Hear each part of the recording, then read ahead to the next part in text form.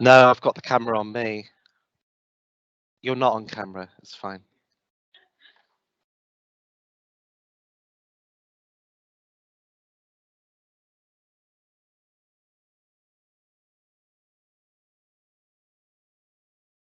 All right. Are we live? We're live.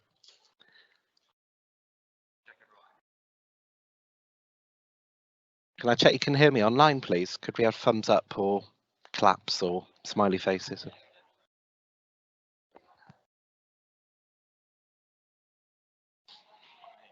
Cool. Okay. Well, this is really odd. Got two people here, free in Horizon House. Very special guests. My name's Adam Turner. I'm the head of digital sustainability for DEFRA. And yeah, I'm going to give you a massive overview with too much information on the topic and too many slides, in all honesty. But lots of quick overview of the whole topic. And I've got a weird setup where I can't see any of my screens. So please excuse me. Okay, let's go.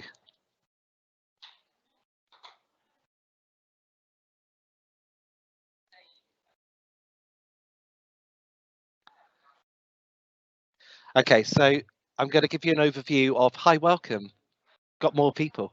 Going to give you an overview of the topic, what we do in DEFRA, what we're doing internationally, what's going on in industry. Going to have a bit of a quiz, which is going to be a bit of an intimate quiz. We'll see how that goes. But yeah, just generally try and give a bit of an overview. And I'm aware that you've got sessions this week and next week on how great technology is. Lots of sessions on ChatGPT and AI and all that kind of good stuff. I'm not going to talk about all the good stuff, so you have to excuse it's going to be a rather negative take on technology, but I want to give that balance because we're very much living in a world of, well, as the topic of the presentation says, can we actually sustain all this digital stuff? So I want to give you a bit of an overview of that.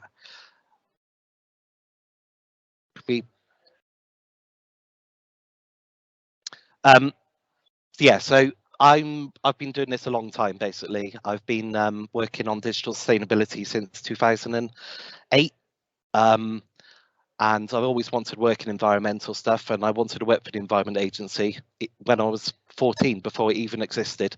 And my careers advisor said, "Don't be stupid. There's no jobs in that area." So I ended up working in IT, and since then I've never been able to leave IT, but I've been trying to make IT green. And for a lot of that time, no one's been interested, in all honesty. I spent years working in MOD and try to speak to the likes of Amazon and Microsoft and others out there. They didn't have a single person working in those companies on that topic. So for years, I was just banging my head against a brick wall. That's all changed massively to such a degree now that these companies have got thousands of people working for them on the topic. You can argue whether they're actually skilled in that area, but they've certainly got a lot of people working on it. Key thing here for this setting the scene is we've got to make sure that ICT and digital and whatever we're doing in that space is part of the solution and not part of the problem. And that's really how I summarize it, or I want to get a t-shirt with that made on it. But the way we do that is we have to understand what our current baseline is, what we're currently using in the full scope of all of that. So in terms of the energy use of that, but the full life cycle of that kit. We need to make sure that as we're rolling out new kit and new devices and new technology, whether that's for policy outcomes or whatever, that we design and procure that in the right way. And for me, sustainability is a bit of a lens that can drive change. So we talk a lot across government, and it's equally prevalent here in Environment Agency. There's lots and lots of old kit around. There's lots, we've got lots and lots of offices and lots of servers and lots of people responsible for managing them. Sustainability, actually, as a driver, could say, actually, all that old kit is really heavy to run. It's using lots and lots of energy. There's better ways of doing this. If we brought in a system that could allow us all to talk to each other on one system, for example, and that kind of thing, then that can drive transformation. And key is that we can actually record all of this data and make sure it's valuable. So we know, in a true environmental impact assessment kind of methodology, that we understand the benefits of this and we're not assuming them. So you might have heard a lot about moving to the cloud is greener. No, it's not, because we can't prove it. So we've got to, there's loads and loads of stuff like that. New devices are greener. No, they're not. They could be, but we've got to do it in the right way. So that's kind of the angle I'm coming from here. There's two sides: sustainability for IT. There's how we make our IT green and how we use ICT for sustainability. Like I say, there's loads of stuff out there. You can go on any technology provider's website and find a ton of stuff about how amazing technology is. So I'm not going to do their job for them. I'm going to talk a bit about what the impact is. But this is the kind of thing that you'll see. There's AI for Earth. There's loads of other stuff. The Sustainable Development Goals all rely heavily on technology to help them deliver it. But the truth is that as part of the kind of fourth industrial revolution that we're going through, everything is changing in terms of digital. We're digitizing absolutely everything. And with each of the industrial revolutions, there's been an unintended consequence as far as I can see. You know, whether it's the smog in London or whatever, huge social unrest and movement of people and the toll pedal martyrs and all the rest of it. We're going through that again with digital, and there's going to be a negative consequence to this. So these are this is probably my oldest slide. That's the latest MOD data center there. But just to, you know, stating the fact, there's more and more technology. The more that we digitize everything, the more that we put Internet of Things and sensors on our flood defenses and all that kind of stuff, the more data centers we need. And you've only got to look at what's happening in Ireland to see the unintended consequences of that, where people can't even turn on their kettles in Dublin to boil their water because the government have made the decision that they're going all out on data centers. That's a fairly standalone example, but there are others out there. And the fact is, I suppose, that, you know, this is real stuff. There's real buildings being built. There's real technology out there that's developing all of this stuff. With ICT, I suppose a bit like clothing, but especially true of technology, the supply chain is very, very global, and therefore the risks are very, very global as well. So if we're looking at, you know, social value is quite often talked about as something that can be applied to technology to help us and lower the impact, to provide better, but actually because it's global, it's a bit trickier to get your hands around. When it comes down to it, there is slavery in all of our technology supply chains. There is nasty stuff happening.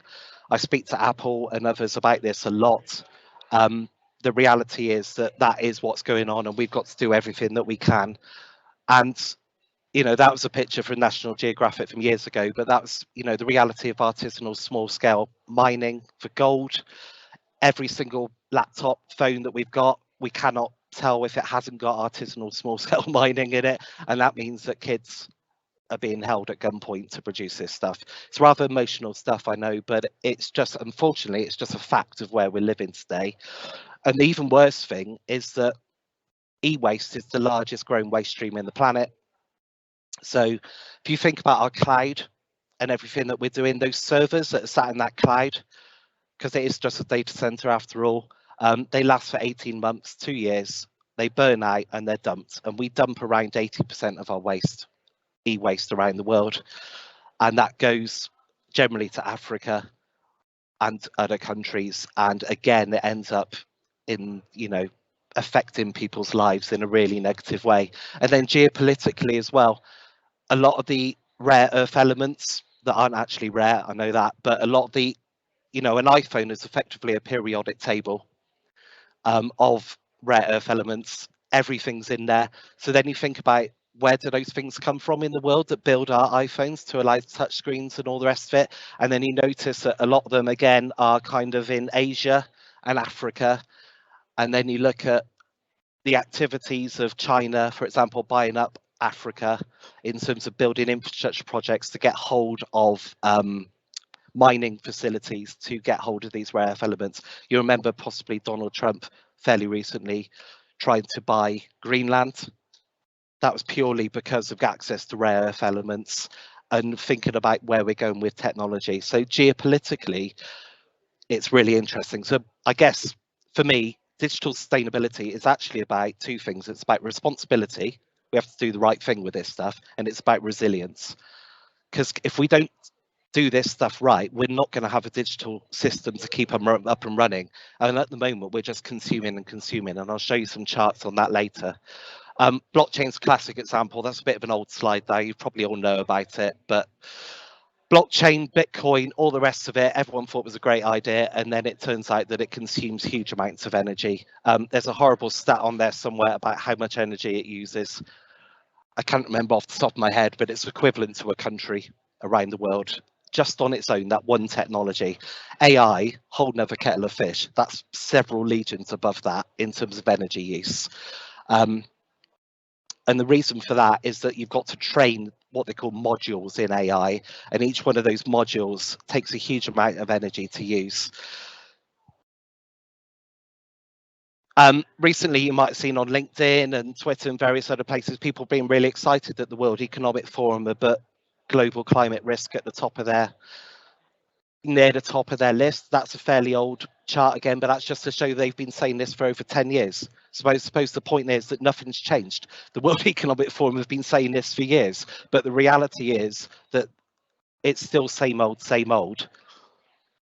So we have to look at what new technology we want to use, how we want to use it, but we've got to recognise the impact as well. Very well, we've got a fairly small number of very smiley people here and online, and I can't see the screen. So we'll just whiz through these. You possibly know the answers to these, but what do you reckon has the highest carbon footprint? Listening to your favourite album, so like Best of the Spice Girls. And I say it's your favourite album, say you've listened to it multiple times, or would it be buying and listening to a CD? So listening to it online or listening to a CD. I'll just run through the answers. So it's actually the streaming service. So the stats have been done on this. If you listen to something 27 times, supposedly, online on Spotify, the carbon of that is going to be the same as the production of the CD, which is kind of mind-blowing, isn't it? Because we don't think about it, but I think the problem is with all technology, whether it's Netflix or, you know, ChatGPT or whatever, the reality is that there is a massive building somewhere with loads of servers in it, churning away, giving us access to that information like that. So it's got to be online. It's got to be there and ready for us.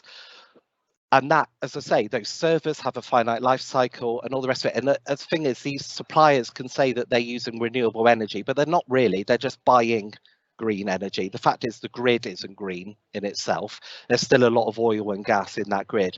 But key with technology is, if you think of a pint of Guinness, the full impact of technology is the white frothy bit on the top. The rest of the impact is the rest of that pint of Guinness. And that's the bit we don't see. So it doesn't matter how much AWS and Microsoft and Netflix and Google and all the rest of them tell us that they're buying renewable energy, because actually it's just the frothy bit on the top. The true impact is how we're consuming that service. If ICT and digital was a country, where would it feature in a league table of energy users? So you're like America and India and China and all the rest of it. It comes out third, and that's just a record again. It's kind of mental, isn't it? But we just consume a lot. Government-wide figures are that we're using about 10% of our carbon across government comes from digital, and that's just scope 1 and 2. So as I say, we're not even factoring the rest of that pint of Guinness. So again, we're moving more digital, but there is an impact. I'll share all these slides afterwards. There's loads of information in here. What digital development had a massive unintended carbon footprint? I've already given you the answer to this one. Yeah, Bitcoin. Again, this is a little bit old. There's loads and loads of other examples. I think the thing is, we as humans get very, very excited about new shiny things, new shiny technologies. You know, I want to use ChatGPT and all the rest of it to use it all, but there's all this stuff going on in the background that we need to be aware of. Oh yeah, that was it. Ireland. That's the size of the energy use of Bitcoin. E-waste is the fastest growing waste stream on the planet, whereas it's only 2% of solid waste stream. It represents what percentage of hazardous waste? Again, probably when we think of hazardous waste, we might think of health and stuff, but it's actually the bulk of it, and it's growing. ITU is the place to look for the reports on this. I mean, the figures are staggering. I won't read them out, but the point is, it's growing. We've got to move more circular. very, very rapidly on this, if not now, then when? I've already given you the answer to this one as well. How many of the SDGs are reliant on technology? It's all of them. So this, again, it's narrative, isn't it? So global governments around the world saying that technology can be, actually, it was in the latest UN FCC report that came out this week. Technology is going to help us. Not denying that, I'm just raising the reality of some of these impacts. Again, loads of facts there for you for afterwards. How much data do we look at effectively? We produce lots and lots of data, but how much data do we actually look at? Yeah. Again, the point here is, I suppose, that we produce a lot of data. We're in a world where we're saying things like AI need lots of data to enable to give us the information, but how much of it is actually useful? So for me, it's an absolute focus area that we think about how much data we're producing, how long we need it for, how quickly we can move it down the hierarchy to say that actually we don't need that stuff anymore. Let's just keep the bit at the top and let's delete it. On a practical level, things I've done would be to like remove automatic uploading of photos and documents to the cloud from my phone, because once they're in the cloud, I never look at them. So I've turned that off. My phone gets full. I then go through them and delete all the stuff I don't want, then save it to the cloud because that's the stuff I want, and then start again. Little simple changes, but in a workplace, we can make those changes as well. More data has been created in the last how many years than in the entire history of the human race? And that's getting worse. So that's a true exponential growth. Unlike some of the charts we saw during the pandemic, this is true exponential growth of data. Yeah. What percentage of non-business internet traffic is made up from TV and internet streaming? To be blunt, it's basically porn. That's what is going on out there. If you look at that, you can find out there what's the biggest consumption of the internet. Unfortunately, it's that. But if you look at that, take that out of the equation, then it's Netflix. But increasingly, and again, this is a kind of cultural thing, isn't it? Not that long ago, many of you here and online maybe will remember that if you wanted to watch something on iPlayer, etc., you'd maybe have to download it to watch it, rather than having it on demand like that. So there's simple changes you can make here as well. Just recognizing that watching something in SD rather than HD or Ultra HD has huge, like 50%, 60% energy savings. So if you think about the quality of your TV, can it actually render Ultra HD, and do you want it? We were chatting about this before, me and Ian. Can you actually watch? Is there any point in watching Netflix in Ultra HD on your phone, considering the screen's so small? I'd say no. So if you lower that, not saying don't do it, just recognize that there's an impact and lower that quality a bit, and you will be doing your bit. What can you do to lower your internet energy use? The answer there is all three. I won't dwell on it. Horrible graphics, sorry. We're all winners. Let's move on. So the important point here, how am I doing for time? I don't know. Anyway, I'll carry on. Ian will keep me in check. We own this topic across government as DEFRA Group. Digital sustainability is something you might think is owned by Cabinet Office, but it's actually us. So we have a responsibility as DEFRA Group, and I very much include Environment Agency in that. And I see Environment Agency as leaders in this space as well because of your net zero target, to help make sure that everything we do that is digital is truly sustainable.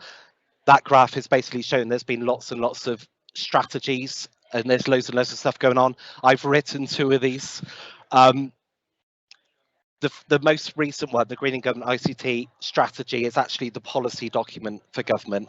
And if you have a look at that, that's got business rules in it for net zero, circular economy and transparency and things like modern slavery. So what I try to do is work across government to embed that in everything that we do, in the £6 billion that we spend annually across government on IT. I'll just show you some of the data and hopefully you won't get bored by charts. I get quite excited by charts. But this is kind of what we do with the data. So I chair a pan-government group.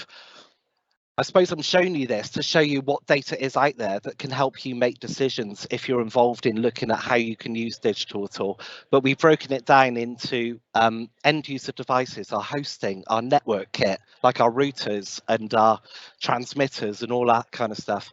What we do is stuff end of life.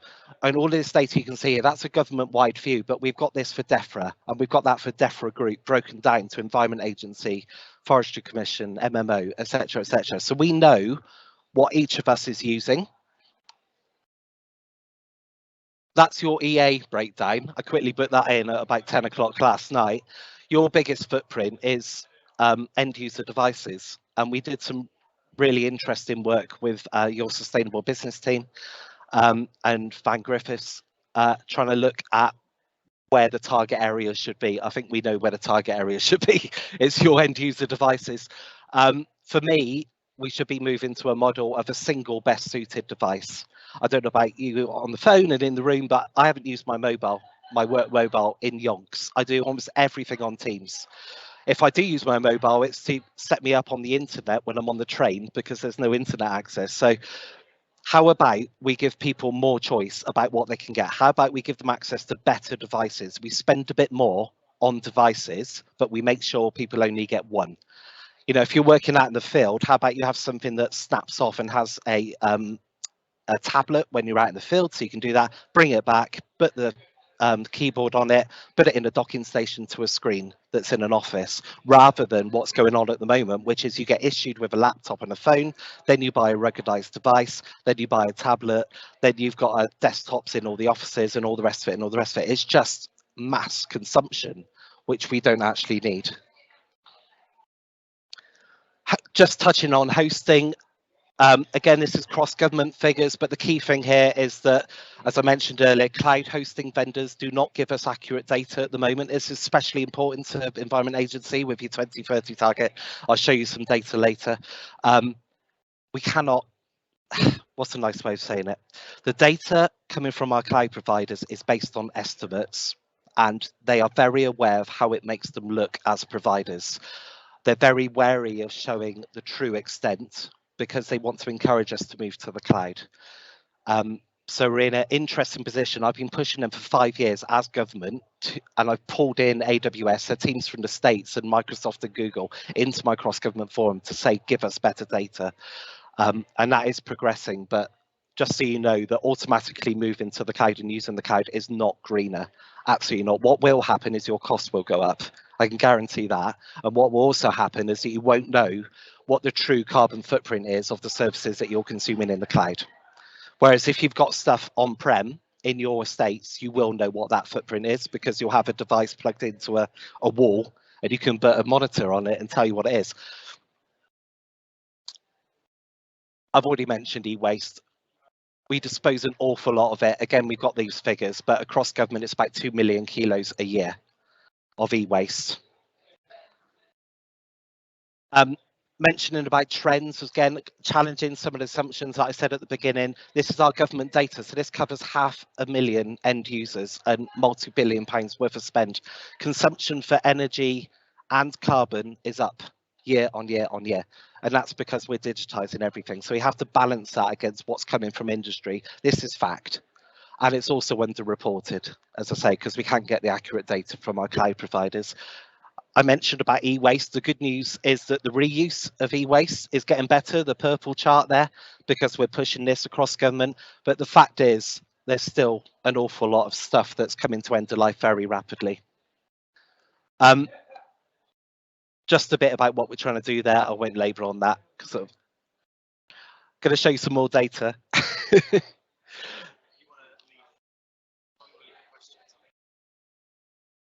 What time is it?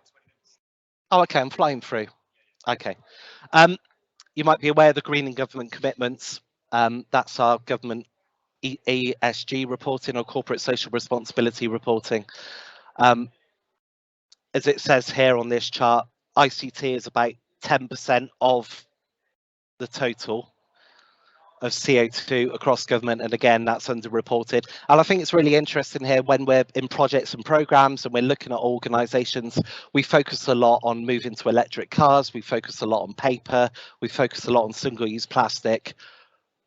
But, you know, ICT has a bigger impact than transport. And that's not because we're moving to electric cars, because we haven't really done that across government yet. Just puts it in context, I think. Again, we've got this data, if anyone's interested, about the Environment Agency again, but you can see the trend is up across government, and we're doing some really cool stuff in Power BI. You can do all of this in-house. I suppose there's another message I want to get across. We don't need to pay consultancies multi-million pound, multiple millions of pounds to come in and do this work for us. We can do it ourselves with the tools that we've got and the data that we've got. That's kind of transport data across government as well. I have no idea. Well, I suppose it's fairly obvious why the Department for Transport have the biggest transport footprint. But it's quite interesting looking at this in the round. I think that just puts into context where the government problem is, or shall we say opportunity. I used to work for MOD, so it's okay, I feel fairly comfortable saying this. This is all publicly available data, by the way, on gov.uk. You can find it in our Green in Government ICT annual reports. We've been publishing them for 12 years, so all of this data is there. MODs are so high because of security and because they've got a lot of on-premise data centres. And there are other examples out there. I think Environment Agency would be another one, but health, National Health Service, every single hospital out there has a data centre. Every single school has some kind of small set of racks in there doing stuff. So moving to a more sustainable system is really, really important. But again, it's kind of having access to this data to make these kind of decisions. So I mentioned earlier about work we're doing with Environment Agency, with VAN and your 2030 target. We had a look at our top tier one, essentially our key suppliers. So if we got there, Amazon, Apple, Atos, BT, Capgemini, Dell, Hewlett Packard, IBM and Microsoft. And between them, as companies, as organizations, they're pumping out 141 million tons of CO2. By 2030, they're projecting across all of them that they will reduce that by half to around 68 million. Good news, they're moving in the right direction. Then what we did is had a look at them by year, broken down by the biggest footprint, and you can see that Amazon is probably our biggest footprint here, BT are pretty big, and Apple. And then you come across to 2030, and you can see that there's still a massive footprint here going on, and that's because their net zero targets are beyond Environment Agency's net zero target. So there's this delta between the two. So more helpfully perhaps is the chart on the right that shows us that by 2030, 7 of our 10 key suppliers are still going to be not at the net zero target where Environment Agency want to be. So there's a big gap. And again, if you break that down by category, you'll see that by 2030, there's the areas are still end user devices, but the key one here is probably hosting for areas to tackle by 2030. So I suppose what I've told the sustainable business team and the leadership team is that, you know, we need to work very, very closely with our digital supply chain in Environment Agency and across DEFRA and across government to make sure that as we're digitizing, we're aware of these overarching facts, which is that there's going to be this massive delta, and then it's how we deal with that. Can we plant our way out of that with trees? Probably not.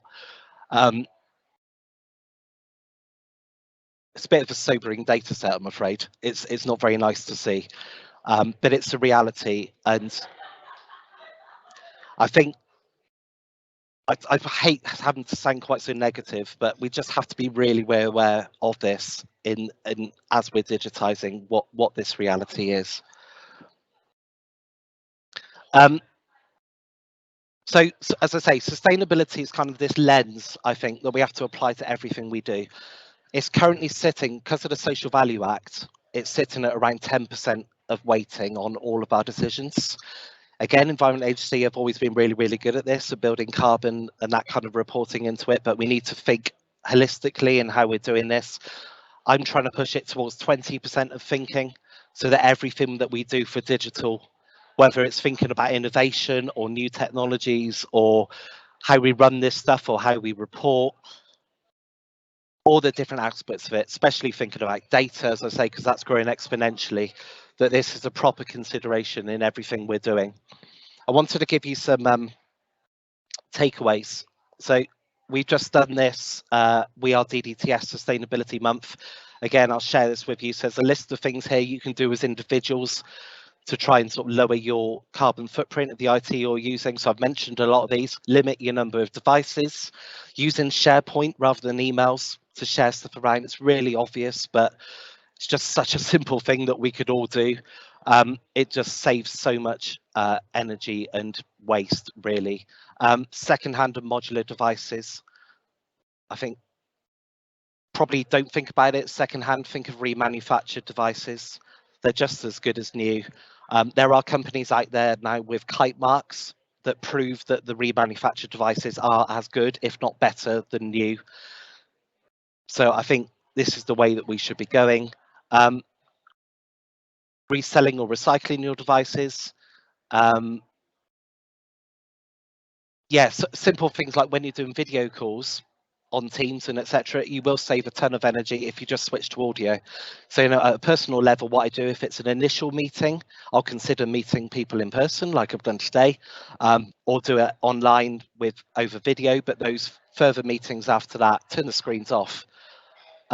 It just saves an awful lot of energy.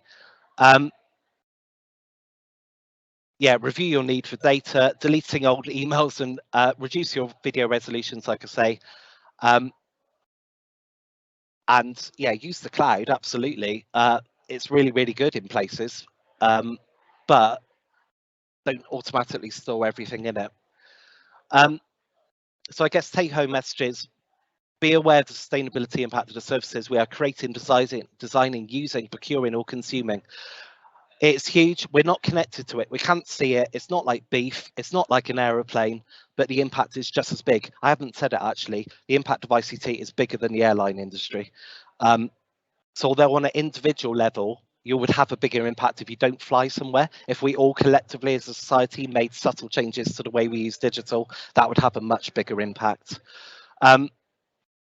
You know, if you can be an advocate for the use of data and the stuff I've talked about today, then please do. I think that's something that we can all do. I've got this term in the government strategy called the responsible digital citizen. I think that's something that we could all do on an individual level. I've said that, think of ICT in the same way as other big impacts. Not all providers are the same. Just be very aware that there's a lot of greenwash out there in the technology industry. There are some good people out there telling the truth, but in reality, because of capitalism and market dynamics and all the rest of it, they're obviously companies, they need to grow, so they're being wary about the information that they give to us. And if it's easier to use, like I mentioned about iPlayer earlier, we just consume more. We all sit there on digital TV now, probably watching digital TV more than live TV, and we just consume and consume and consume. And it's the same with our phones and all the rest of it. The easier technology is making our lives, the more we're consuming it. And as I was saying, e-waste is growing, energy use is growing, etc. This was in Nature, and it was a bit of a moment for me in 2019. I think this came out where I thought digital sustainability has actually made it into the mainstream. I'll just read it out. Cutting back on our thirst for data might be the ultimate way to prevent energy use from going into hyperdrive. It's hard to see anyone agreeing to, say, limit their Netflix use. Banning high-def color cameras on phones alone could reduce data traffic in Europe by 40%. No one seems likely to dare institute such rules. We can't put the lid back on Pandora's box. That's it.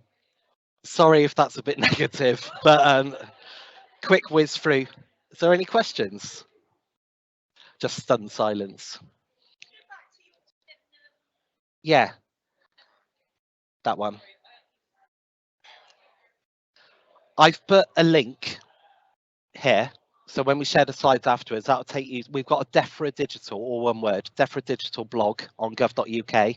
You'll find Florian, who works for me, has got his digital superhero blog where we talk about Captain Planet, which again is a reference for all the kids. But yeah, we've got some really good blogs on gov.uk about what you can do at an individual level.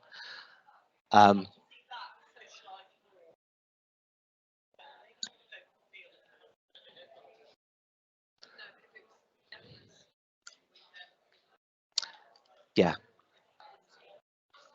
Yeah, I mean, I try and share a lot of everything I do with Elaine in the sustainable business team, and Elaine and Simon Dawes. But yeah, there's more we can do. I just think, yeah, any sharing is welcome. Yeah, yeah.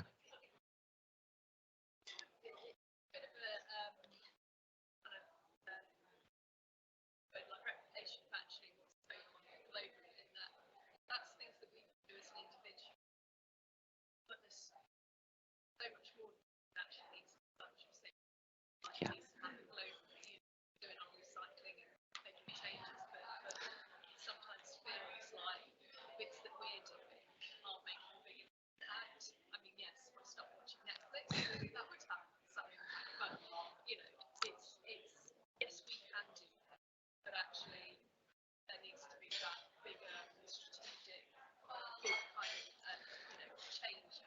Yeah.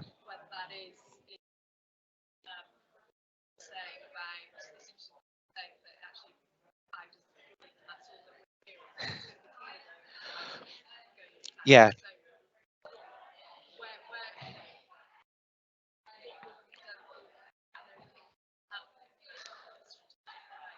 I think the challenge is we've got a government that is placing digital and growth at the heart of its agenda. What I see me and my team doing, and all the stuff that I've shown you, is trying to say that's absolutely fine, but let's be aware of the impact. So that move to cloud is a great example that you raise. Industry tell us moving to the cloud will save 90 to 95% of your carbon. But what they've done is compared a diesel generated data center with their hyper efficient data center that they've got. The reality is that most of our data centers across government are actually really efficient. A lot of them use green energy, a lot of them are in really good places. We've got stuff across government called Crown Hosting, which is actually in underground caves in places like Corsham in Wiltshire. So it's cooled naturally, but we don't, what we're told is like move to cloud, it's better. The move to cloud is there from a business point of view. Cloud's really cool because you can spin stuff up and turn stuff off really well. You can't do that in a traditional data center. So it's really, the best way to think about that is HMRC and their tax. So they moved everything to the cloud. They turn on their systems in April for the tax returns, and they turn them off again in June. Whereas before, they had them running all year. So actually, yeah, cloud is more efficient on that basis because we've been able to do that. But saying that cloud is more efficient as a building is incorrect, because it could be just as efficient as what we're doing. So the move to cloud has to be from a usage point of view, a business point of view, rather than directly a carbon point of view, because actually you might be better off just running your current data center. As to what we can do, I mean, I think there's been a big move in the last 2 to 3 years of all of these net. That's why I say Environment Agency are leader here. Your 2030 target is leading. Absolutely. There's nobody out there. It's an aspiration, but it's driving change, and I'm using it to make real change in the digital industry. And we keep pushing on those fronts, but again, against that is the reality of everything that Environment Agency are doing that I've seen is digitization of flood defences and monitoring and all of that kind of stuff. That isn't bad, but we just have to make sure we turn off a lot of the old stuff. And we're not good at that across government. You're right. We are terrible, which is why the growth is up and up and up. What we do is we move to the cloud, more devices, all the rest of it, but the old stuff all stays there. So you end up with a guy called Bob working in an office in Northampton who's responsible for an entire pay system that you can't possibly turn off. Yeah.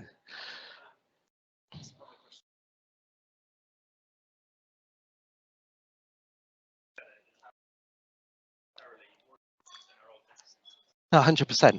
Yeah. No, it's definitely, it's 100%. It isn't more efficient. It could be, absolutely could be, but the stats you see, Microsoft's got an online calculator, and it basically says, is your old data center efficient, not very efficient, or really bad? And then it gives you an indicative saving. But there's loads and loads of really efficient data centers across government.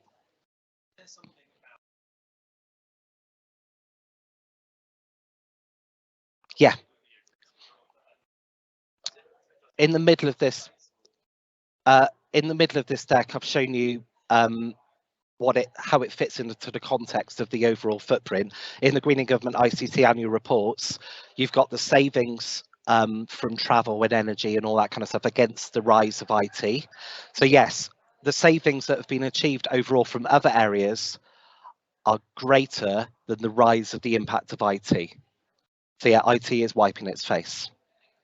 But you could also argue against that a lot of those changes would have happened anyway, not necessarily just because of IT. And I think the key thing here is that we have to recognise that IT isn't a free-for-all, free impact-free zone. And again, you might see on the internet and places that IT is about 1 or 2% of our footprint.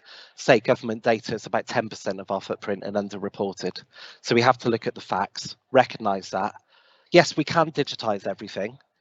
I mean, the points I haven't raised is that energy-wise, consumption-wise, we're looking at around by about 2050, 25% of total energy use being for IT and digital.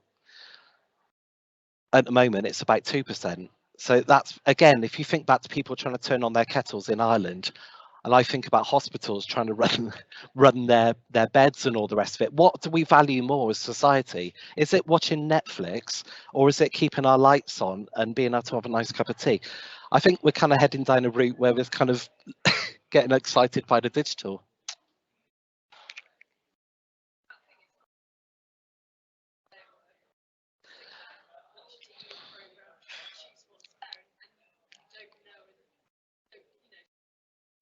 Yeah.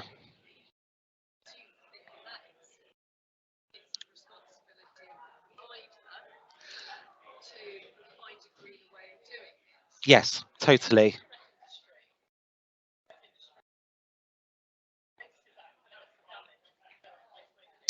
Yeah, exactly. So yeah, sorry, we got some comments.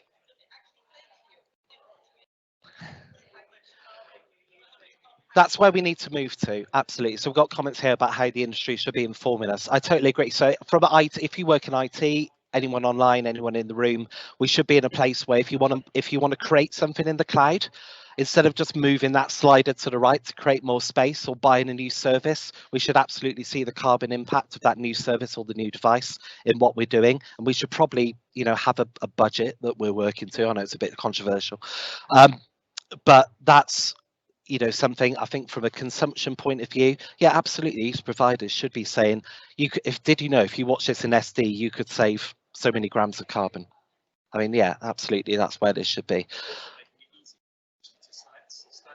Yeah. Yeah.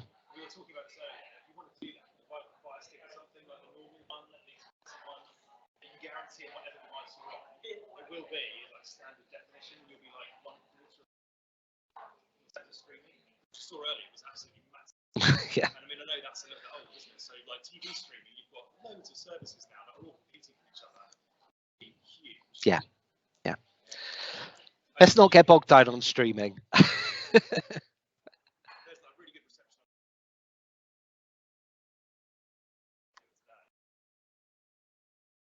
I do this a lot. Yeah. Yeah. Okay. Shall I do a TED talk? Oh, okay. Is that?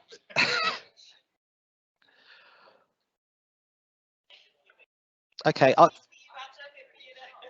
I'd rather it wasn't, in all honesty, because I'm extremely awkward. But yeah. Okay. Well, I'll take that as an action. Yeah. Get something recorded and shared. I've done a short video for the new DEFRA group carbon literacy training, but I think it probably won't land on you guys because you've already done it. Yeah, I know, and I wasn't asked to get involved in your one, so.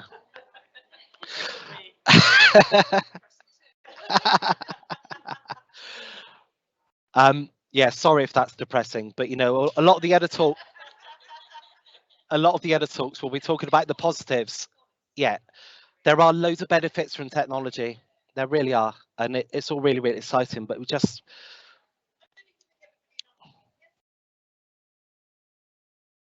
Which department? Sorry. Yeah, well, that's where I'm from. So, yeah, I'm working on them. Yeah, yeah. No, it's we've just done a We Are DDTS Sustainability Month, and I've been ramming this home to them for about a month. And Chris Howes, who's the CDIO, you couldn't find a better advocate for this stuff. Genuinely, he is all over this, and he makes my life very interesting. No, I wish it was easy. It's one of those double-edged things where he's so interested in it that, yeah. I think just exposed some reality. There was some pushback. So for those of you not aware, that the Panorama program was showing the true impact of data centers. The criticism of it was on the negative side, and it didn't show all the positive moves that the data industry have made. There've been a load of positive stuff that they've done. There's loads of really good developments on water cooling. Like I said, there's underwater data centers in cooler climates, all the rest of it. But again, I think it told that basic message. Yeah, again, there's hundreds of examples like that. It's part of, so I get really boring. EU's data center code of conduct. That's a best practice in there that's been around for 10 years. There are villages and towns out there that are run by excess heat from data centers. So that, yeah, that's just one tiny example. But yeah, it's a great way of using all that heat. The biggest problem is water with data centers, in all honesty. Water. Yeah. Yeah. Mm. Again, we don't think about that with digital, and you quite often see digital programs coming through saying, "Oh, there's no impact on water because it's digital," but it's quite the opposite. Yeah. Now I've depressed you all. Have a great rest of your day.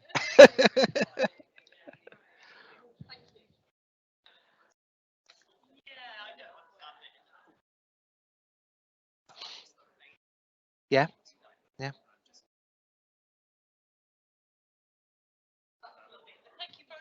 no problem.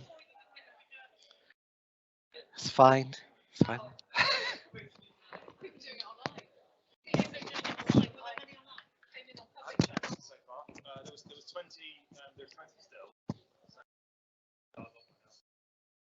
There'll be a report. All right. Thanks very much. Thank you.